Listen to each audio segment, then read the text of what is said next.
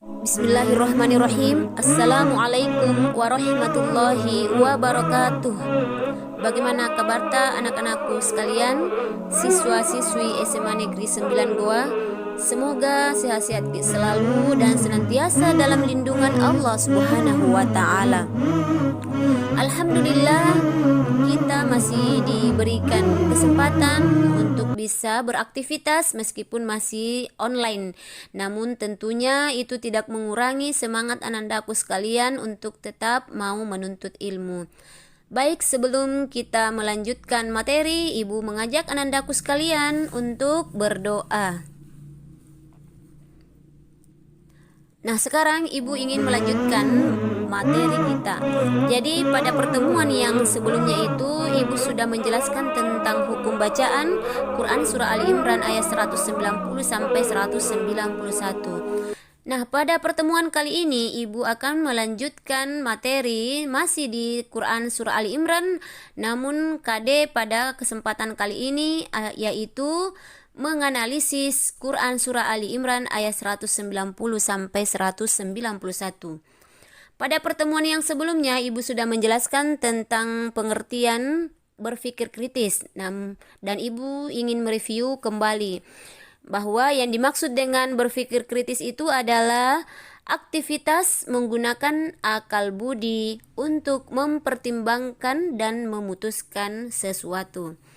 Nah, pada pertemuan yang sebelumnya juga Ibu sudah menjelaskan tentang cara berpikir kritis menurut umum. Nah, sekarang anandaku sudah mendapatkan gambaran, sudah mendapatkan referensi tentang bagaimana cara berpikir kritis menurut umum. Sekarang Ibu menjelaskan tentang cara berpikir kritis menurut Islam. Nah, bagaimana cara berpikir kritis menurut Islam? Tentunya ya dalam mengambil suatu keputusan tidak langsung memutuskan serta-merta begitu saja. Begitu ada yang terbenak di hatinya langsung diputuskan. Tetapi kalau berpikir kritis menurut Islam harus melalui pengamatan dulu ya. Harus melalui pengamatan dulu. Ya, jadi melalui pengamatan. Nah, bagaimana caranya? Yaitu dengan mengamati segala sesuatu yang ada di sekitar kita sebelum melakukan suatu tindakan. Nah, kemudian dengan cara zikir. Nah, bagaimana caranya? Yaitu mengaitkan segala sesuatu yang kita hadapi dengan cara selalu mengingat Allah, sehingga apabila ada yang kita rencanakan tidak sesuai dengan yang kita inginkan, tentunya ini tidak menyalahkan orang lain, tidak juga berandai-andai, tetapi semua dikembalikan hanya kepada Allah Subhanahu wa taala. Kemudian cara berpikir kritis menurut Islam yaitu dipikir dulu. Ya, jadi tindakan untuk membedakan perkara yang baik dan yang buruk. Jadi tidak langsung mengambil suatu keputusan, tapi dipikirkan dulu, dibedakan. Kira-kira kalau saya ambil keputusan seperti A, apa kebaikannya dan apa keburukannya? Kalau saya mengambil suatu keputusan seperti si B, ya apa kebaikan dan apa juga keburukannya. Nah, kemudian yang keempat, cara berpikir kritis menurut Islam yaitu ya tasbih dan doa.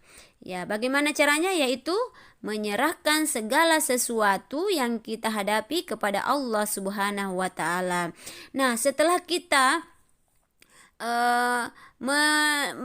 melewati tahap-tahap yang empat ini, ya, setelah kita melewati tahap-tahap yang empat ini, maka tibalah kita pada suatu kesimpulan. Ya, apa itu kesimpulan? Yaitu suatu keputusan tentang tindakan apa yang harus kita lakukan ke depannya. Jadi seperti itu cara berpikir kritis menurut Islam. Bagaimana anak-anakku? Apakah sudah bisa dibedakan antara cara berpikir kritis menurut umum dan cara berpikir kritis menurut Islam? Baik, sekarang kita pindah ke kajian ayat tentang berpikir kritis. Nah, pada pertemuan yang sebelumnya Ibu sudah membacakan ayatnya. Sekarang Ibu akan membacakan artinya ya. Sesungguhnya dalam penciptaan langit dan bumi dan pergantian malam dan siang terdapat tanda-tanda kebesaran Allah bagi orang-orang yang berakal, yaitu orang-orang yang senantiasa mengingat Allah dalam keadaan berdiri, duduk, dan berbaring, dan memikirkan penciptaan langit dan bumi, seraya berkata, "Ya Tuhan kami, tidaklah Engkau ciptakan semua ini dengan sia-sia. Maha suci Engkau, lindungilah kami dari siksa api neraka." Nah, kemudian perhatikan asbabun nuzul. Apa itu asbabun nuzul? Yaitu sebab turunnya ayat tersebut. At-Tabari dan Ibnu Abi Hatim meriwayatkan dari Ibnu Abbas radhiyallahu anhu bahwa orang-orang Quraisy mendatangi kaum Yahudi dan bertanya, "Bukti-bukti kebenaran, apakah yang dibawa Musa kepadamu?" Jawab, "Tongkatnya dan tangannya yang putih bersinar bagi yang memandangnya." Kemudian mereka mendatangi kaum Nasrani dan menanyakan, "Bagaimana halnya dengan Isa?" Dijawab, "Isa menyembuhkan mata yang buta sejak lahir dan penyakit sopak serta menghidupkan orang yang sudah mati." Selanjutnya mereka mendatangi Rasulullah Shallallahu Alaihi Wasallam dan berkata, "Mintalah dari Tuhanmu agar bukit Safa itu jadi emas untuk kami." Maka Nabi berdoa dan turunlah ayat ini, mengajak mereka memikirkan langit dan bumi tentang kejadiannya. Hal-hal yang menakjubkan di dalamnya seperti bintang-bintang, bulan dan matahari serta peredarannya, laut, gunung-gunung, pohon-pohon dan buah-buahan, binatang-binatang dan sebagainya. Ini adalah merupakan bukti bahwa Allah Subhanahu wa taala memberitahukan kepada umat manusia bahwa cukup banyak yang bisa kita lihat tentang ciptaan Allah Subhanahu wa taala yang menyuruh kita untuk bisa berpikir kritis. Nah, selanjutnya pada ayat 191 menjelaskan ciri orang yang berakal. Coba diperhatikan baik-baik, yaitu apabila memperhatikan sesuatu selalu memperoleh manfaat dan terinspirasi oleh tanda-tanda kebesaran Allah di alam ini, ia selalu ingat Allah Subhanahu wa taala dalam segala keadaan, baik di waktu berdiri, duduk maupun berbaring. Setiap waktu di sisinya untuk memikirkan keajaiban-keajaiban yang terdapat dalam ciptaannya dan menggambarkan kesempurnaannya. Jadi, berpikir kritis dalam beberapa ayat tersebut adalah memikirkan dan melakukan tadabbur semua ciptaan Allah Subhanahu wa taala.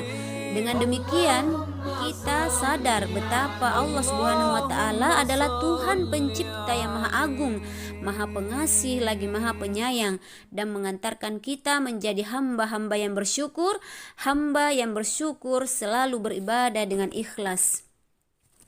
Isi kandungan Quran surah Ali Imran ayat 190 sampai 191. Anandaku dapat lihat ya. Yang pertama adalah tanda-tanda kebesaran Allah Subhanahu wa taala yang tersebar di alam raya ini harus dijadikan sebagai media berpikir oleh umat Islam sehingga menghasilkan hikmah, manfaat dan maslahat.